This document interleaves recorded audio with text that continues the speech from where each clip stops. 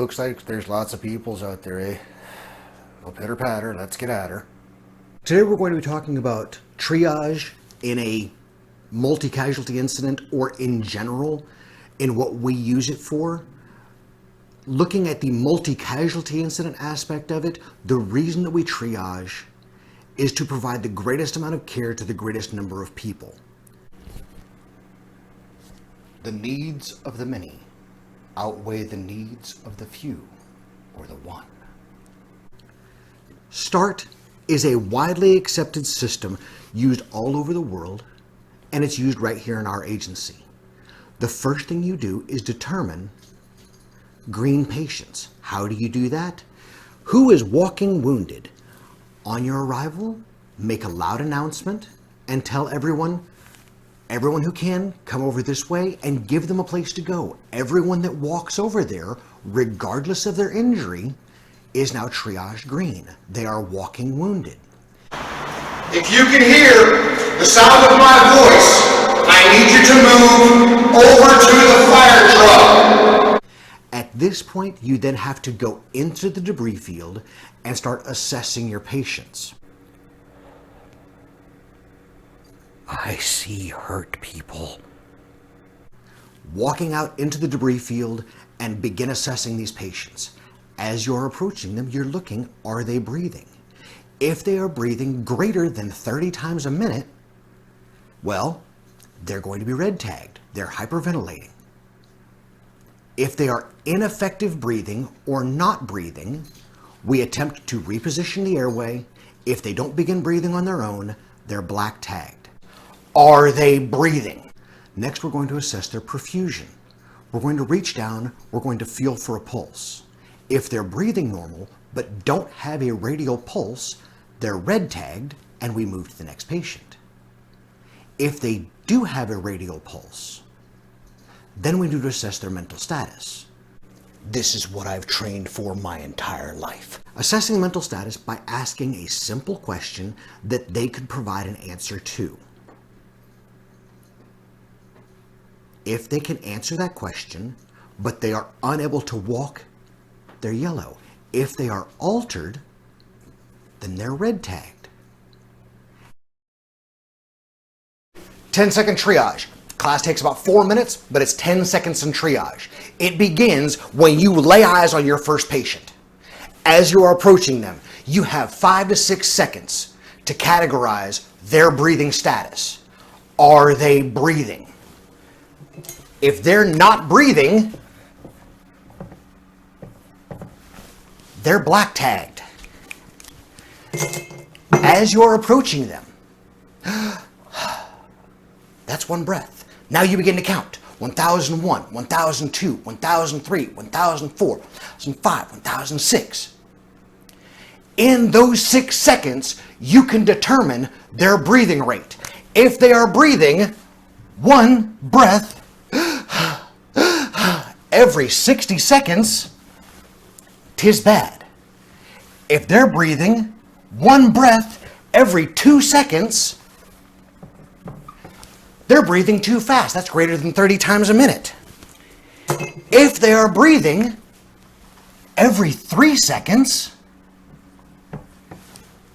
that's 20 times a minute. That's acceptable. 4 is 15 times per minute, and 5 seconds between breaths is 12 times a minute. Those are acceptable rates. Not breathing, breathing too fast, breathing acceptably. You can determine that as you are approaching your patient. As you are laying eyes on them, watch their breathing. I encourage you to do that in Walmart. Do it every day. Do it everywhere you go. Just watch people breathe.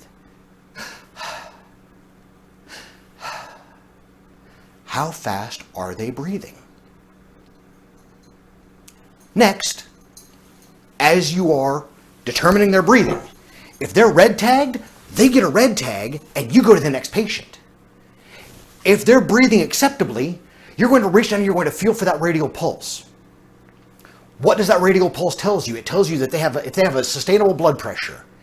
If they don't have a radial pulse, they get a red tag, and you go to the next patient. If they do have a radial pulse, you need to assess their mental acuity. Ask them a simple question. Everybody says alert, oriented. No. Ask them a simple question. Why didn't you get up and move? If they can say, because I'm stuck to the ground in my liver, they're alert and oriented. They get a yellow tag. If they can't answer you, they're red tagged. They're altered. Tag them and move to the next patient. 10 seconds, all it takes. On approach, feel for a pulse. They have a pulse. Why didn't you move? With that answer, you tag them, you move to the next patient. It's rapid, it's simple, it's 10 seconds. Are you tired? Have you overextended yourself again and put yourself in this position? Have you just gotten the phone call that you're getting recalled yet again? It's day 7 of overtime. It's time. For fuck's sake. 400-pound patient. Oh. You been watching all the sports? And you're getting real fed up with your team going over? Well, it's for fuck's sake.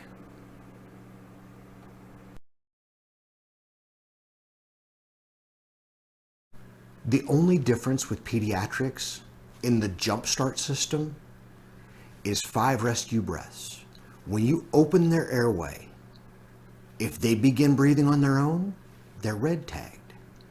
If they don't, you give them 5 rescue breaths. If they begin breathing on their own, they are red tagged. If you do not begin breathing on their own, they're black tagged. There's patients all over the place. Ah! After you have triaged and tagged these patients, you go back to command and you give them the number of patients, the color of those patients, and you determine what resources we need to call in and what your next step needs to be. I say, Petunia, there are people out there harmed. Oh, tally-ho then. The biggest difference between you and the victim is the manner with which you approach the scene. In The Guardian, Kevin Costner, talking about rescue swimmers, identifies that same notion. The biggest difference between the rescuer and the victim is the attitude with which they enter the water. The biggest difference in outcome, in success of that scene, is going to be how do you approach this scene? How do you approach this incident? Help. There's too many people. Help. Triage is the sorting. Get in, get them triaged, get that number. Treatment will come, but figure out what you got first. That's where it starts. Approach the scene, make your triage, make your decisions, then begin your treatment. That's the way for a good, successful mission. Thank you for watching today's class. If you liked it, hit that thumbs up button. If you want to see more, hit that subscribe button. There's going to be more coming out soon. And thank you for stopping by. Have a good morning. Meow.